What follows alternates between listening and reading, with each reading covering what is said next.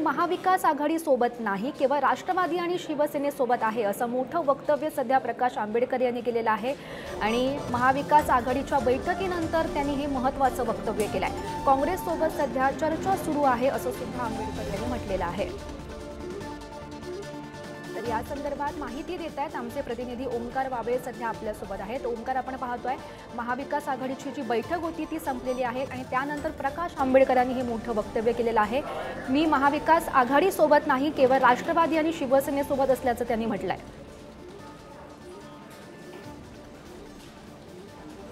गौरी, महाविकास आघाडीची बैठक अजून खरतवरती सुरू आहे, पण प्रकाश आंबेडकर यांना लवकर जायचं असल्याने ते खाली आले आणि त्यांनी मीडियाशी इंटरॅक्शन केलं। महत्त्वाचा मुद्दा या सगळ्यामध्ये असा होता की पुढारीशी बोलताना त्यांनी असं स्पेसिफिकली सांगितलं आहे की ते शिवसेना आणि राष्ट्रवादी यांच्यासोबत आहेत। अजून या महाविकास आघाडीमध्ये काँग्रेसचं जे अप्रूव्हल आहे जे दिल्लीतून फायनलाइज होणार आहे, त्यामुळे ते अप्रूव्हल अजून आलेलं नाही आहे। त्यामुळे सध्या ते फक्त उद्धव ठाकरेंची शिवसेना आणि शरद पवारांची राष्ट्रवादी यांच्यासोबतच आहेत।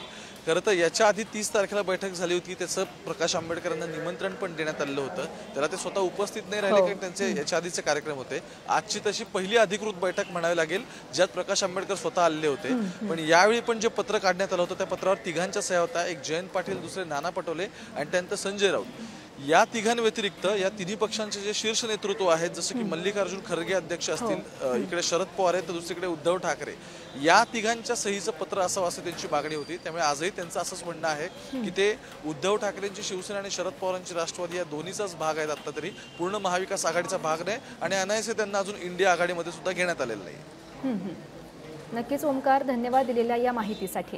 तर मोठं वक्तव्य सध्या प्रकाश आंबेडकर यांनी केलेलं आहे। तर मी महाविकास आघाडी सोबत नाही, केवळ राष्ट्रवादी आणि शिवसेनेसोबत असल्याचं त्यांनी म्हटलंय आणि सध्या काँग्रेसची चर्चा सुरू आहे असं सुद्धा त्यांनी मोठं वक्तव्य केलं आहे।